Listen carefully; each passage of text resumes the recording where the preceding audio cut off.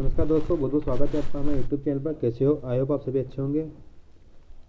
तो दोस्तों, आज मैं बात करूंगा वर्ग 3 के ऊपर। कुछ कमेंट्स थी और कुछ डाउट था। एक तो कट ऑफ को लेकर कुछ कैंडिडेट पूछ रहे थे, सर वर्ग 3 का कट ऑफ। ओके, तो इस पर हम बात करेंगे। मेरा पूरा वीडियो वर्ग 3 पर ही बेस्ड है। तो वर्ग 3 अगर आप तैयारी कर रहे हो, बहुत कम टाइम बचा है, कम से कम आप 30 दिन मान सकते हो।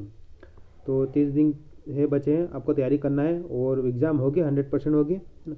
क्योंकि अब केसेस भी कम हो रहे हैं, आपको पता है इस बार केसेस कम हो रहे हैं। और इस बार सेकंड जो दूसरी लहर आई थी, सेकंड वेव, उस तरह केसेस तो बढ़ रहे हैं, लेकिन उस तरह से उतना इफेक्ट नहीं कर रहा है। ओके, मतलब कि आपको देखा जाए तो जो जितनी भी एक्टिविटी है सब चालू है, ना तो गवर्नमेंट ने किसी प्रकार कोई ज़्यादा प्रतिबंध लगाया है।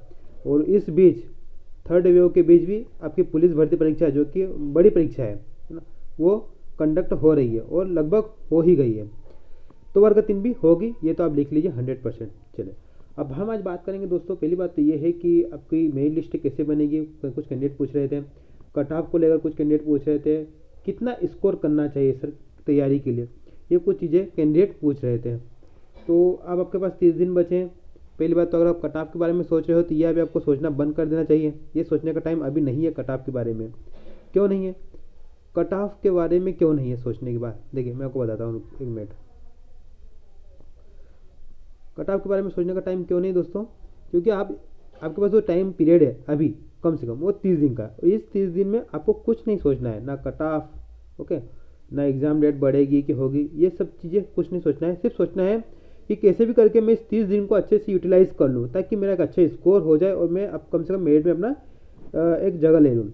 हम बात करेंगे कि आपको एक स्कोर कितना करना चाहिए, एक मेंटलिटी थोड़ी बना सकते हो आप, ओके। लेकिन कट ऑफ पर डिस्कस करना है कि सर मैं एसटी पर हूँ, एसटी का कट ऑफ कितना जाएगा, एससी का कट ऑफ कितना जाएगा, ओबीसी का कट ऑफ कितना जाएगा, यूआर का कितना, ये अभी मत सोचिए। ये बात कब होगी?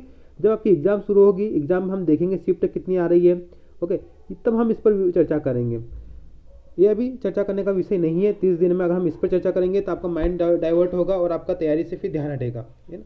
हम सिर्फ एक माइंड सेट बना सकते हैं कि हमें कितना स्कोर करना चाहिए हमें तैयारी के हिसाब से, वो उस पर मैं बात करूँगा। पहली बात तो दोस्तों, ये मैं एक बात डरा नहीं रहा हूँ। आपकी वर्ग 3 जो परीक्षा है वो वर्ग 1 और वर्ग 2 से डिफरेंस है। क्यों है? वर्ग 1 और वर्ग 2 में क्या अंतर था? सबसे बड़ा अंतर ये था कि ये जो दो सब्जेक्ट हुई, जो एग्ज़ाम हुई थी, ये सब्जेक्ट वाइज हुई थी। अब इससे क्या फ़र्क पड़ा? अब आप पूछो सर इससे क्या फ़र्क पड़ा। देखिए, सब्जेक्ट वाइज से क्या फ़र्क पड़ा यहाँ पर वर्ग 1 और वर्ग 2 में। जैसे हम वर्ग 2 को ही उठा लेते हैं, इसमें क्या है, 6 सब्जेक्ट थे, टोटल 6 लाख फॉर्म गए। तो ये 6 लाख कैंडिडेट 6 सब्जेक्ट में अपने अपने सब्जेक्ट में कॉम्पिटिट कर रहे थे कैंडिडेट को, ओके। ऑल ओवर में नहीं कॉम्पिटिशन था, ये बात समझ रहे हो।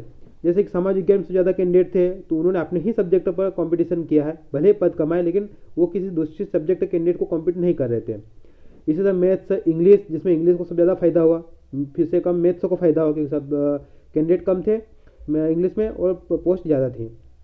तो इस तरह से वर्ग 2 और वर्ग 1 में तो ऑल ओवर कंपटीशन नहीं था, सब्जेक्ट वाइज कंपटीशन था। फिर भी उसके बाद बावजूद भी कट ऑफ हाई गया, है ना। अब मैं डरा नहीं रहा हूँ, आपको बता रहा हूँ कि आपको तैयारी अच्छे से करना चाहिए। इससे मोटिवेशन लीजिए कि नहीं यार मुझे अच्छा पढ़ना है। अब वर्ग 3 में क्या है कि वर्ग 3 में टोटल 10 लाख के समथिंग कुछ कैंडिडेट गए, है ना। अभी पदों की संख्या हमें नहीं पता है, ओके।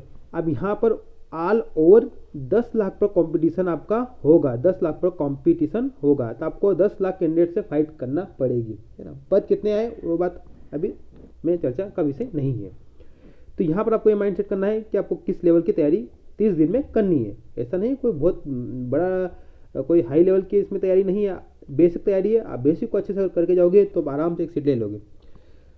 तो यहाँ पर मेरिट बनेगी 10 लाख कैंडिडेट पर, कोई सब्जेक्ट नहीं है, ऐसी मेरिट बनेगी। दूसरी बात, जो मेरिट बनेगी वो उसमें कट ऑफ हाई जाने का एक रीज़न ये भी है कि 2 विभाग है इसमें आपके, एक ट्राइबल है और एक आपका डीपीआई है। अगर मान लो अगर ट्राइबल में 100 पद आए और डीपीआई में भी मान लो उतने ही 100 पद आए, तो दोनों की मेरिट लिस्ट सेम रहेगी। इसका आपका कट ऑफ पर कोई फर्क नहीं पड़ेगा, कट ऑफ दोनों का लगभग सेम रहेगा, क्योंकि दोनों विभाग सेम मेरिट लिस्ट से कैंडिडेट को लेंगे। और यही विवाद अभी रेलवे में भी हुआ था, आपको पता होगा, रेलवे में यही विवाद हो रहा था वो कि एक कैंडिडेट को अलग अलग लेवल में बार बार सिलेक्ट किया गया एक रोल नंबर को, तो वो 20 गुना ना होकर वो कुछ 3-4 गुना के समथिंग कुछ हुआ। तो यही विवाद चल रहा है रेलवे में, है ना। तो यहाँ पर भी आपको दोनों विभाग अपने अपनी अलग लिस्ट बनाएंगे। अब रेलवे में क्या है कि वो एक विभाग है, तो वहाँ पर उस विभाग ने उसका संशोधन कर दिया, लेकिन यहाँ एक विभाग नहीं है, 2 विभाग कर रहे हैं। तो यहाँ इनका राइट बनता है इन विभागों का कि वो अपने हिसाब से मेरिट लिस्ट ही लेंगे। ओके, तो यहाँ पर ये हाँ, ये तभी पॉसिबल है जब ट्राइबल और डीपीआई एक मर्ज काउंसलिंग के लिए सहमत हो जाए, तो पॉसिबल है कि आपका कट ऑफ कम जा सकता है। इन फ्यूचर अगर ऐसा होता है तो पता चल जाएगा, लेकिन वर्ग 1 और वर्ग 2 में ऐसा नहीं हुआ। कट ऑफ हाई जाने का एक बड़ा कारण ये भी था। तो आपको सोचना है कि कितने भी पद आ रहे हैं उन पदों का आधा ही मानिए फर्स्ट लिस्ट में, है ना। मान लो टोटल मिलाकर 10,000 पद आ रहे हैं, मान लिया हमने कि 10,000 पद आ रहे हैं, जिसमें 5,000 मान लो डीपीआई के हैं और 5,000 मान लो ट्राइबल के हैं।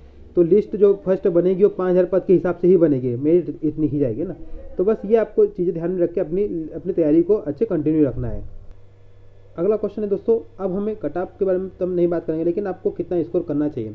दोस्तों अगर आप तैयारी कर रहे हो तो आपको स्कोर कितना करना चाहिए, ये पहली बात तो डिपेंड भी करता है कि जो शिफ्ट होगी, शिफ्ट में क्या है कि पीबी की बहुत सारी शिफ्ट कंडक्ट होगी। तो जो आप खुद पुलिस भर्ती में देखिए कि अलग अलग शिफ्ट का लेवल अलग अलग है। जो खासकर जो आपका बाल विकास रहेगा, पर्यावरण, वो क्वेश्चन अलग अलग बनेंगे। इतनी शिफ्ट में क्वेश्चन रिपीट ना बहुत कम होंगे थोड़े बहुत, लेकिन क्वेश्चन कहीं और से भी बनेंगे, क्योंकि ज़्यादा शिफ्ट होगी तो फिर ज़्यादा क्वेश्चन डीप में जाकर पीबी कहीं ना कहीं से उठाएगा वो, है ना। रहेगा आपका सिर्फ सब्जेक्ट का ही, लेकिन आपको कहीं ना ऐसा लगेगा कि मैंने ये तो पढ़ा ही नहीं। तो इन सब चीज़ों पर डिपेंड करेगा। फिर भी आप एक सोचिए, अगर आप मॉक टेस्ट दे रहे हैं तो आपको ये आप किसी भी कैटेगरी में अगर आपके 120 आ रहे हैं तो ये आप समझिए कि आप अच्छे से मतलब आपकी तैयारी फुल है। और अगर आपके नहीं आ रहे हैं तो आप 30 दिन में तैयारी कर सकते हो। मॉक टेस्टिंग में बात करो, ओके। अगर 120 आप ले रहे हो तो अच्छे अंक माने जाते हैं 120 की रेंज। और ये एमपी के कैंडिडेट की बात कर रहा हूँ। अगर आप यूआर में हो तो थोड़ा और इसमें ऊपर ही जाने की कोशिश करिए, ओके। यूआर मतलब अनरिजर्व, और जो रिजर्व कैटेगरी है अगर वो 120 तक ट्राई कर रही है तो बहुत अच्छी बात है। और अगर यूआर में है तो वो 125 तक ट्राई, तो 125 प्लस का ही ट्राई करे, ओके। क्योंकि अभी हमें ये नहीं पता ना कि अभी पद कितने आने वाले हैं, क्योंकि ये बहुत बड़ा फैक्टर है पदों की संख्या। आप कुछ कैंडिडेट कमेंट करेंगे सर हमें तो एक सीट से मतलब है। तो दोस्तों एक सीट सब जो भी कैंडिडेट है ना, जितने भी तैयारी कर रहे हैं उनको एक सीट ही ले मिलेगी। ऐसा नहीं है कि उनको 5,000 सीट में से 10-15 सीट अलॉट हो जाएगी, सबको एक ही सीट लेना है। लेकिन यहाँ पर बात यह है कि आपकी सीट जो है वो किस रैंक पर होगी, उस रैंक को ही बोलते हैं पदों की संख्या। तो पदों की संख्या आपकी एक सीट के लिए बहुत महत्वपूर्ण है, ओके। ये मोटिवेशन के लिए बात अच्छी है, लेकिन पदों की संख्या भी अच्छी होना ही चाहिए, ओके। तो चलिए मिलते हैं नेक्स्ट वीडियो में। आपको मेरी बात समझ में आ गई होगी दोस्तों। अगर आप चैनल को फर्स्ट टाइम विजिट करें तो चैनल को जरूर सब्सक्राइब करें, और अगर आप हमें टेलीग्राम ग्रुप से जुड़ जाइए, सर्च करिए स्टडी टाइम 3, वहाँ पर आप जरूर जुड़िए, आपको सभी अपडेट वहाँ पर मिल जाएगी। धन्यवाद।